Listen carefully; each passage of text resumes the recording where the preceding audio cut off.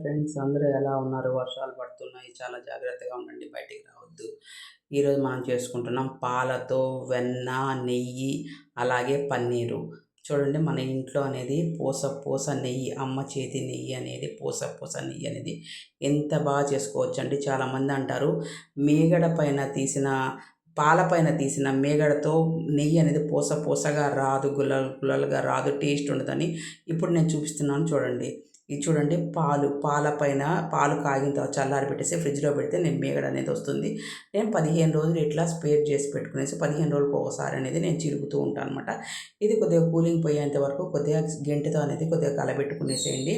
ఒక 2-3 గంటల ముందు మనం చిలికేటప్పుడు తీసి పెట్టామంటే కూలింగ్ అనేది తగ్గిపోతుంది. ఇలా నీట్గా తీసుకున్న తర్వాత ఒక పెద్ద గిన్నెలోకి అనేది తీసుకోండి.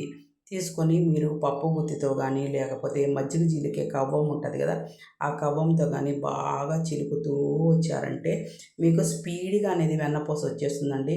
దీంట్లో మీరు చిలికేటప్పుడు కొద్దిగా ఐస్ ట్యూబ్స్ ఉంటాయి కదా, ఐస్ ట్యూబ్స్ కానీ కొద్దిగా ice water first ice tubes వేసి బాగా చిలకండి.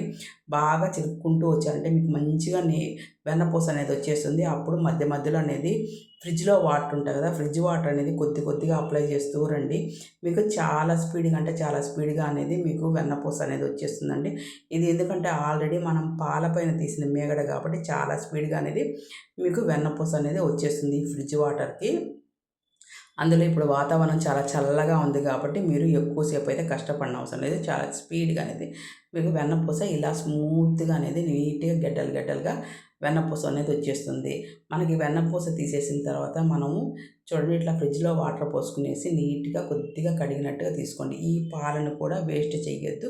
దీంతో ఏం చేయాలో నేను చూపిస్తాను. ఫస్ట్ వెన్నపూస అనేది తీసేసుకునేసేయండి దాంట్లోంచి నీట్గా.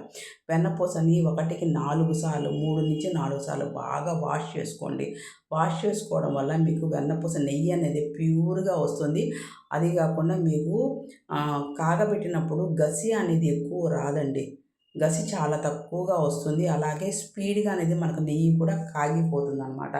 అదే గసి కానీ ఉండిందంటే మీకు నెయ్యి కాగడానికి చాలా లేట్ అవుతుందనమాట. దానికనే మనం 4 సార్లు అనేది కడుక్కున్నామంటే మనం కడుక్కోవడం వల్ల మంచిగా కానీ చెడ్డలేదు. చూడండి ఇలా పాలు అనేది వచ్చాయి. ఈ పాలను మనం ఒక గిన్నెలోకి అనేది తీసేసి పెట్టుకుందాం. ఇలా ప్యూర్ పాలు అనేది పక్కన పెట్టుకునేసేయండి. వీటితో ఏం చేయాలో నేను తర్వాత చూపిస్తాను. చూడండి ఇట్లా వెన్నపూస అయితే మనం తీసుకున్నాం కదా, ఈ వెన్నపూసను మళ్ళీ బౌల్లోకి తీసుకునేసి బాగా మంచిగా వాటర్ తీసుకునేసి వాష్ చేసుకోండి. మీరు ఎంత బాగా కడుక్కుంటే అంత నీట్గా మీకు నెయ్యి అనేది వస్తుందండి. గసి తక్కువ వస్తుంది, మీకు నెయ్యి అనేది స్పీడ్గా కాగిపోతుంది. చూడండి ఖచ్చితంగా 3 సార్లు అనేది 3-4 సార్లు కడుక్కున్నా కానీ ఇబ్బంది ఏం లేదండి. కడిగిన దానివల్ల మనకు మంచే కానీ చెడ్డైతే ఏముండదు. నీట్గా కడుక్కోవడానికి ట్రై చేయండి. మీకు ఇప్పుడుండే వాటర్ ఏంటంటే చల్లగానే ఉంటాయి కాబట్టి మీకు గడ్డగానే వస్తుంది నెయ్యి. వెన్నపూస అనేది మీకు విడివిడిగా అయిపోతుంది అని కానీ అనుకోని అవసరం లేదు. కొద్దిగా కూల్గా ఉంటాయి కాబట్టి మనకు వర్షాలు పడే వాటరు, ఒకవేళ వర్షాలు లేవు ఎండల్లో మనం చూడండి గసి అనేది ఎట్లా వచ్చిందో.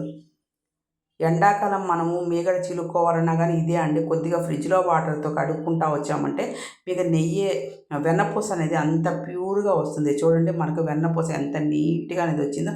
నేనైతే 4 సార్లు వెన్నపూసను అనేది కడిగాను అనమాట. ఇప్పుడు దీంట్లో నేను కొద్దిగా వెన్నపూస అనేది నేను పక్కకి తీసుకుంటానండి.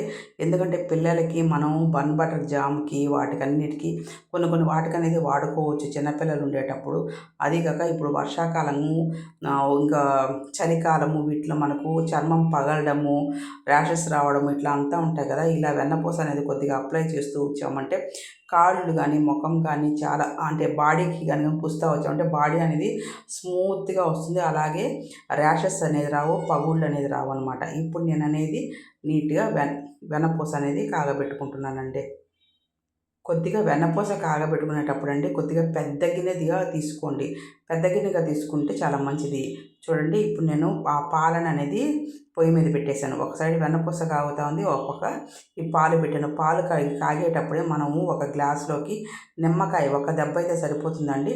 ఒక దెబ్బ నిమ్మకాయ అనేది పిండుకొని దాంట్లో వాటర్ పోసుకొని పిండుకోండి. ఇలా కాగేటప్పుడు కనుక వేసేసారంటే పాలు అనేది నీట్గా ఇరిగిపోతాయి అన్నమాట. కొద్దిగా కలబెట్టుకుంటూ ఉన్నారంటే పెద్ద గంటలుగా కాకుండా మీడియంగా సన్నగా అనేది పాలు విరుగుతూ వస్తాయి. చూడండి ఇట్లా పాలు అనేది నీట్గా చూడండి, మనకు పాలు అనేది ఒక్క నిమిషంలోనే పాలు నీట్గా ఇరిగిపోయేసాయి. ఇప్పుడు దీన్ని మనం అనేది వడగట్టుకుంటామండి. ఒక కాటన్ క్లాత్ వేసుకునేసి వడగట్టుకోండి. చూడండి మనం ఇప్పుడు నిమ్మకాయ పిండాం కాబట్టి పులుపు అనేది ఉంటుందండి. ఆ పులుపు పోవడానికి ఏంటంటే కొద్దిగా కుళాయి కింద పెట్టేసి వాటర్ పట్టేసామంటే ఆ పులుపు అంతా అనేది దానికి పట్టుకున్న పులుపు అంతా పోతుంది, మనకు టేస్ట్ అనేది బాగుంటుంది. ఇప్పుడు అనేది తీసేసి కొద్దిగా బరువైన ఇది కానీ దాని మీద పెట్టేసామంటే మనకు నీట్గా అనేది ఉంటుంది.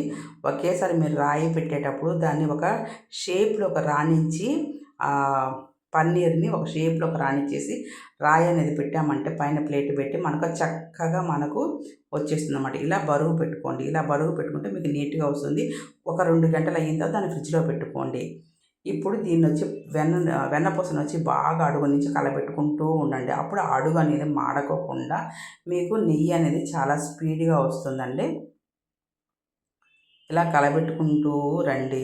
నేను పిన్ టు పిన్ నేను ఎలా చేశాను, ఎలా చేస్తుంటాను అనేది కూడా నేను మీకు డీటెయిల్గా చెప్తున్నానండి. మన ఛానల్లో అనేది మంచి మంచి వీడియోస్ ఉన్నాయి. నేనైతే ఇప్పటికీ 500+ వీడియోస్ అనేది చేస్తున్నాను. చూడండి నెయ్యి అనేది ఇలా మనకు కాగుతుంది. 500+ వీడియోస్ అనేది చేస్తున్నాను.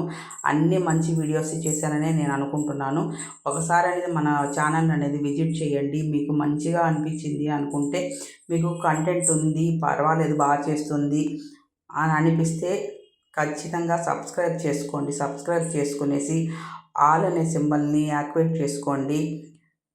బెల్ అని నొక్కినారంటే ఆల్ వస్తుంది. ఆల్ అనేది నొక్కినారంటే మనం వీడియో పెట్టిన వెంటనే నోటిఫికేషన్ వస్తుంది. నెయ్యి ఇలా కాగినప్పుడు స్టవ్ ఆఫ్ చేసి దాంట్లోకి ఒక 4-5 తమలపాకులు వేసుకోండి.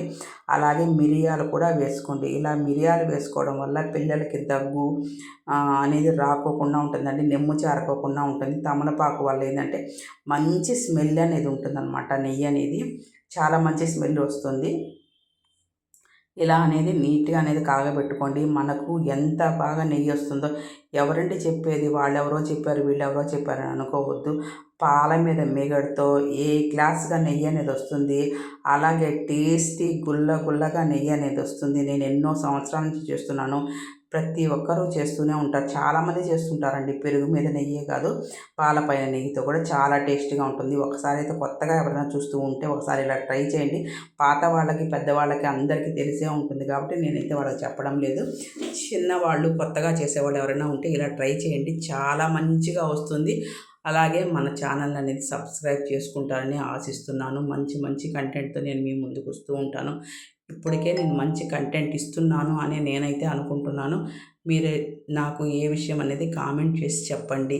అలాగే నెయ్యి కూడా ఇలా తయారు చేసుకుని మీ అందరికీ నెయ్యి ఎలా వచ్చింది అనేది కూడా నాకు కామెంట్ చేసి చెప్పండి.